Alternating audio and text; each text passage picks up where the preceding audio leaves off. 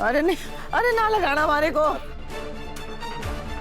दादी साहब मैं आपकी कोई जिद नहीं मानूंगा। अरे छोड़ दो। अरे ये कर रहे हो सब के सब। हमारी शरत मान।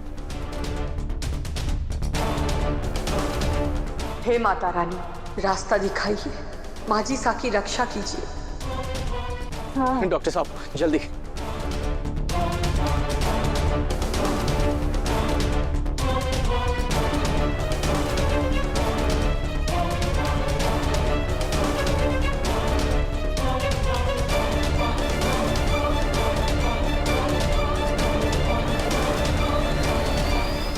डॉक्टर साहब क्या बात है, दादी सा ने हुआ क्या है?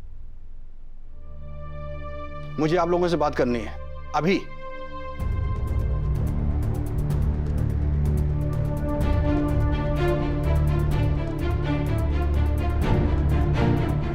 आप लोगों को अंदाजा भी है कि पेशेंट की हालत कितनी नाजुक है। मैं आप लोगों से कितनी बार कह चुका हूं कि सर्जरी के अलावा और कोई रास्ता नहीं है। फिर आप लोग किसका वेट कर रहे हैं? इन्हें कुछ हो जाने का? डॉक्टर, दरअसल माजी साहब ने हमारे सामने 3 शर्तें रखी है, उसमें से 2 शर्तें पूरी हो चुकी है। जब तक तीनों शर्त पूरी नहीं हो जाती वो ऑपरेशन नहीं करवाएंगे।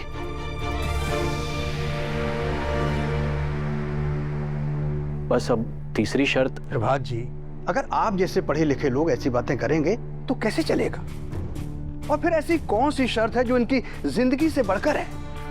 देखिए, एक डॉक्टर होने के नाते मैं सिर्फ इतना ही कहूंगा कि या तो आप इनकी शर्त पूरी कर दीजिए और नहीं तो इनके डेथ सर्टिफिकेट बनवाने की तैयारी कीजिए।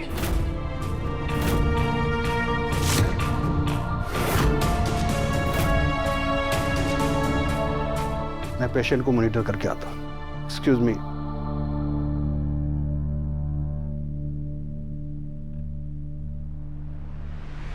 हमारी खुशियों के लिए दादी सा अपनी जिंदगी कुर्बान करने चली। हे माता माई, ऐसा अनर्थ होने से बचा लीजिए। दादी साहब की तीसरी शर्त है कि मासा वसु को बहू के रूप में अपनाएं।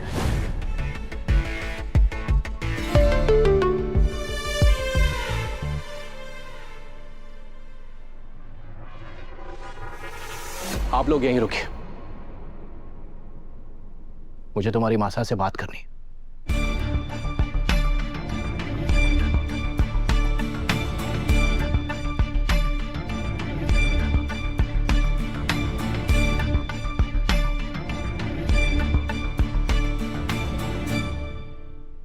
अब तो हद ही हो गई चंदा।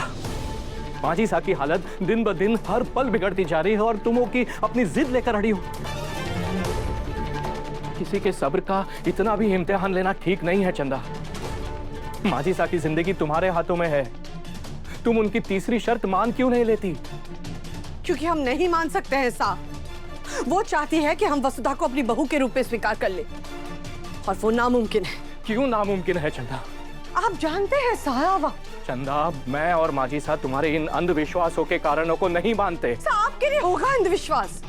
हम गुरुजी की हर एक बात पर आंख बंद करके विश्वास करते हैं, और गुरुजी ने साफ साफ कहा है कि जिस दिन हमने वसुधा को अपनी बहू के रूप में स्वीकार कर लिया, आपकी जान को खतरा है साहब। खतरा आता है तो आने दो चंदा। ज्यादा से ज्यादा क्या होगा, मैं मर जाऊंगा ना। साहब नहीं चंदा, ऐसी जिंदगी जीने का क्या फायदा? जीते जी एक बेटे होने का फर्ज नहीं निभा पा रहा हूं, मैं अपनी माँ का इलाज नहीं करा पा रहा हूं। इससे अच्छा तो मैं मर जाऊं, वो ही अच्छा है। ऐसे मत कहिए साहब। आप हमारा वजूद है, हमारी दुनिया है, हमारा सब कुछ है। आपकी सुरक्षा के लिए अगर हमें बुरा बनना पड़े तो हम 100 बार बनेंगे, पर अपना फैसला नहीं बदलेंगे। और हमें एक बात समझ में नहीं आ रही है, माजी सा इतनी जिद कर रही है। उनको तो पता है ना कि हम जो भी कर रहे हैं उनके ही बेटे के लिए कर रहे हैं, फिर भी वो जिद करके बैठी है कि हम वसुधा को अपना लें। इस वक्त मैं कोई तर्क वितर्क नहीं करना चाहता हूं चंदा। बस इतना कहना चाहता हूं कि अगर माजी सा को कुछ हो गया तो मैं तुम्हें कभी माफ नहीं कर पाऊंगा चंदा।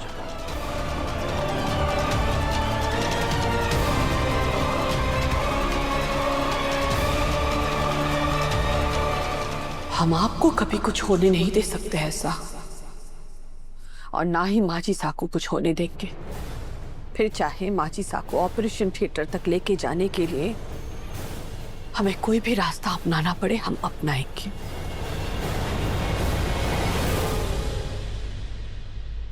देवर साहब डॉक्टर को बुलाकर लेकर आइए अभी। जी भाभी साहब।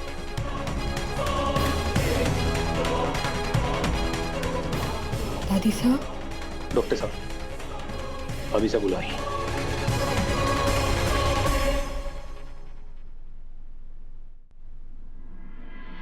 डॉक्टर, अपनी टीम को कॉल कीजिए और कहिए कि हॉस्पिटल का जो सबसे बेस्ट ओटी है उसमें माजी सा की ऑपरेशन की तैयारी करे। माजी सा का ऑपरेशन आज ही होगा।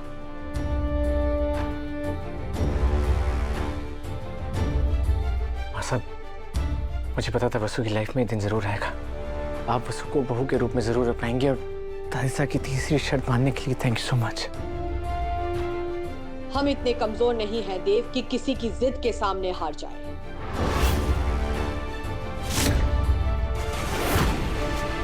हमने पहले भी ये बात कही है और आज फिर से कह रहे हैं, हम वसुधा को अपनी बहू के रूप में कभी स्वीकार नहीं करेंगे।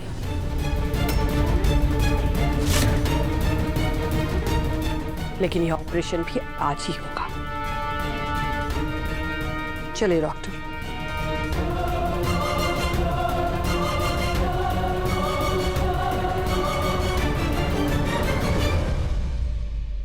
दिव्या बेटा, जरा बाहर जाओ, हमें माजिसा से बात करनी है।